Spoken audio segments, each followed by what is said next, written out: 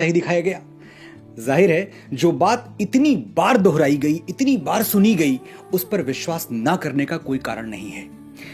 मैं भी वर्षों यही मानता रहा कि श्री राम ने मां सीता को त्याग दिया और यह उनकी बहुत बड़ी भूल थी। स्त्री जाति के प्रति उनका अनादर था।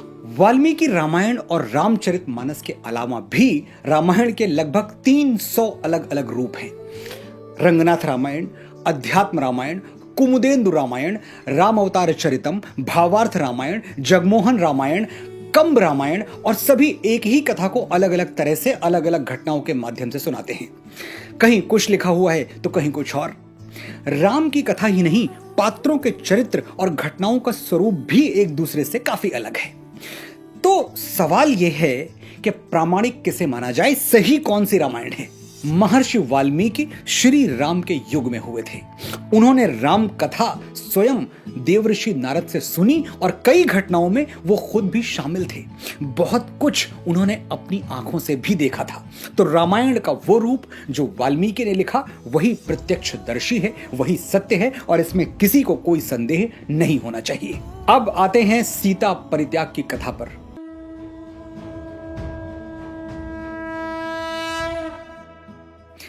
ये पूरी कहानी रामायण के उत्तरकांड में लिखी गई है। वो उत्तरकांड, ध्यान से सुनिएगा, वो उत्तरकांड जो ऋषि वाल्मीकि ने कभी लिखा ही नहीं था। बिल्कुल ठीक सुन रहे हैं आप। महर्षि वाल्मीकि ने उत्तरकांड कभी लिखा ही नहीं था। श्री वाल्मीकि रामायण में मूलतः सिर्फ 6 कांड हैं। बालकांड, अयोध्या कांड, अरण्य कांड, किष्किंधा कांड, सुंदर कांड और युद्ध कांड। उत्तरकांड ओरिजिनल वाल्मीकि रामायण का अंश नहीं है। अब यह बात मानना शायद आपके लिए थोड़ा मुश्किल हो। मैं चाहता भी नहीं कि आपके प्रश्नों को यह कह के शांत कर दूं कि जो हम कह रहे हैं वही सही है, राम के नाम पर मान जाइए। बिल्कुल नहीं। हमारी संस्कृति में जिज्ञासा का सम्मान सिखाया जाता है, तर्क दिए जाते हैं, शास्त्रार्थ होते हैं।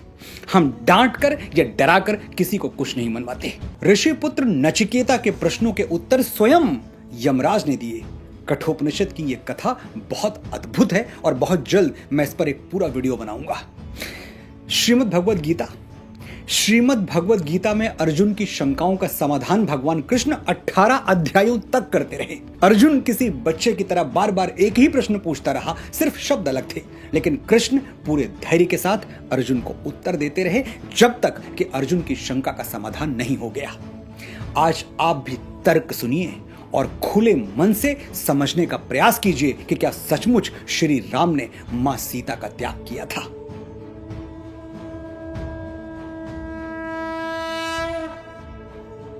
आपने अंग्रेजी के नॉवेल्स पढ़े होंगे। अक्सर वो समाप्त कैसे होते हैं? And they lived happily ever after. वो खुशी खुशी एक दूसरे के साथ रहने लगे। इसके बाद कहने के लिए कोई कहानी नहीं बचती।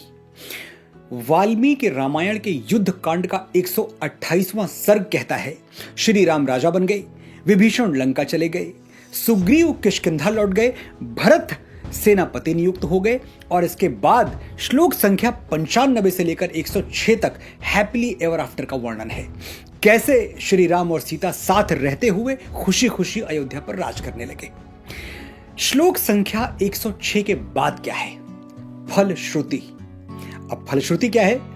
प्रथम वेद ऋग्वेद से लेकर जितने भी आस्तिक ग्रंथ रचे गए हैं उनके अंत में फलश्रुति लिखने की परंपरा है। फलश्रुति यानी सुनने का फल। ये कथा सुनने और सुनाने का क्या शुभ फल होगा। हनुमान चालीसा की फलश्रुति आपको जरूर याद होगी।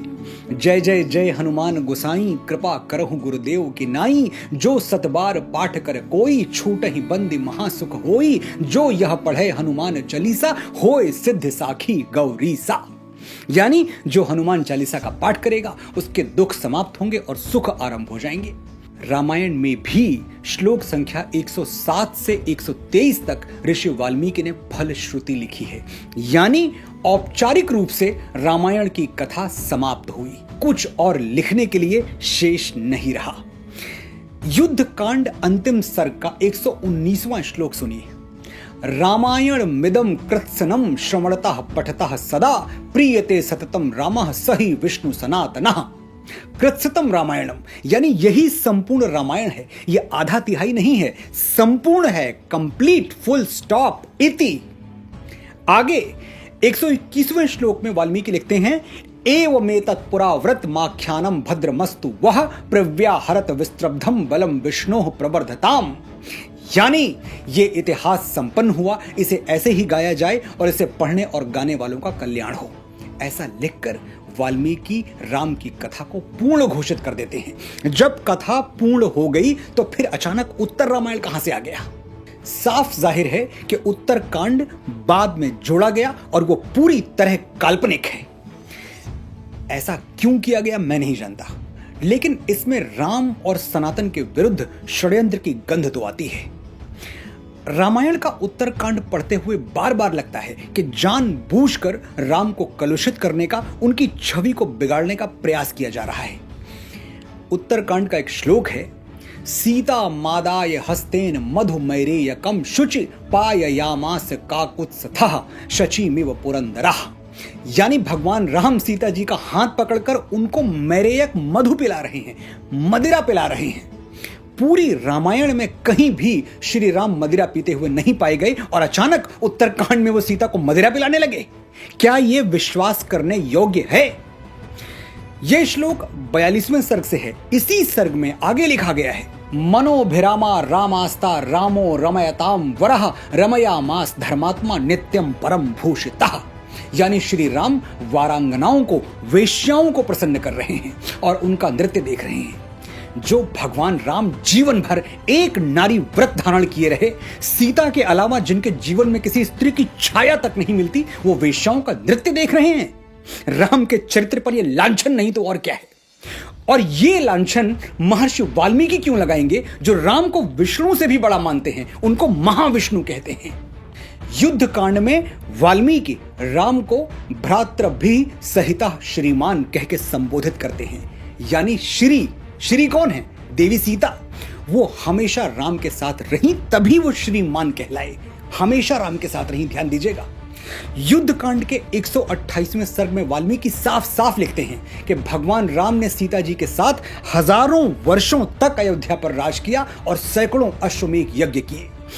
राज्यम 10 सहस्त्राणि प्राप्य वर्षाणि राघवः शताश्वमेघा ना जन्हे सदश्वान भूरि दक्षिणान। जब हजारों वर्षों तक राम सीता के साथ रहे तो वनवास कब दिया? लेकिन यह तो सच है कि अग्नि परीक्षा मां सीता ने दी थी, अयोध्या में नहीं, लंका में। सीता ने रावण वध के बाद अपने निष्कलंक सतीत्व का उदाहरण प्रस्तुत करने के लिए अग्नि परीक्षा दी थी, ना कि राम का संदेह दूर करने के लिए, क्योंकि राम को तो कभी अपनी सीता पर संदेह था ही नहीं। युद्ध कांड के 116वें सर्ग में सीता जी कहती हैं, यथा में हृदयम नित्यम नाप सरपति राघवात तथा लोकस्य साक्षी माम सर्वतः पातु पावकः। यदि मेरा हृदय एक क्षण के लिए भी श्री राम से अलग नहीं रहा तो संपूर्ण लोगों के साक्षी अग्निदेव मेरी रक्षा करें। ये कहकर मां सीता अग्नि में प्रवेश कर गईं और ये अग्नि परीक्षा तीनों लोगों ने देखी। ददृशुस्ताम विशालाक्षीम पतनतीम हव्यवाहनम सीताम सर्वाणि रूपाणि रुक्म वेद निभाम तदा। यानी विशाल नेत्रों वाली सीता जी को अग्नि में प्रवेश करते हुए सर्वाणि रूपाणि ददृशु, संपूर्ण रूपवान व्यक्तियों ने देखा।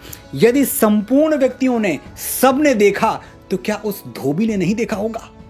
सबने देखा कि सीता जी ने अग्नि में प्रवेश किया और उनकी साड़ी का एक सूत भी नहीं जला।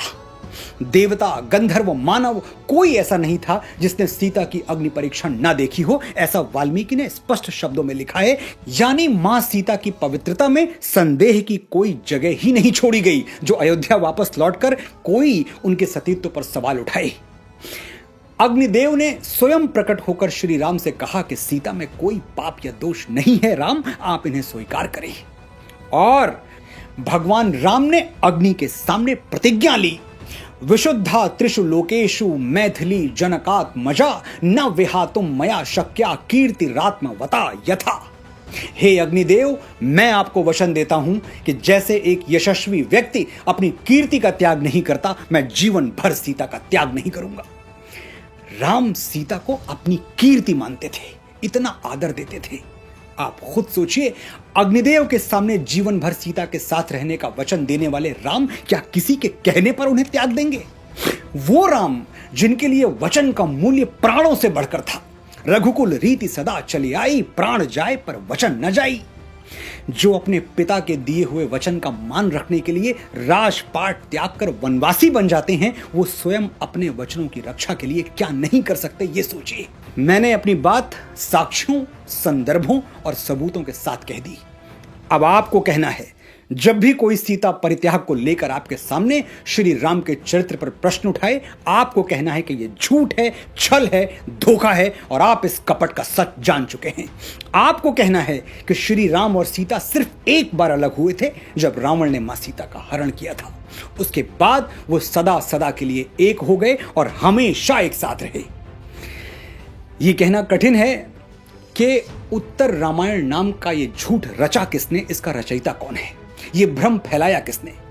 लेकिन शोध करने वाले मानते हैं कि लगभग 2500 साल पहले जब भारत भूमि पर कुछ और भी धर्म पनपने लगे, तब हमारे सनातन ग्रंथों के साथ बड़ी मात्रा में छेड़छाड़ हुई। लक्ष्य था सनातन को छोटा बताकर बाकी धर्मों को बड़ा करना, उनको स्थापित करना। एक सीमा तक यह षड्यंत्र सफल भी हुआ, लेकिन एक दिन हर झूठ से पर्दा उठता है। ये नया भारत है, इसके पांव धरती पर और आंखें आकाश पर हैं। ये भक्ति भी जानता है और तर्क शक्ति भी। यहां हर धर्म के लिए जगह है, आदर है, सम्मान है, लेकिन सनातन पर उठने वाली उंगलियां हम और सहन नहीं करेंगे। जय श्री राम, जय मां सीता, जय भारत।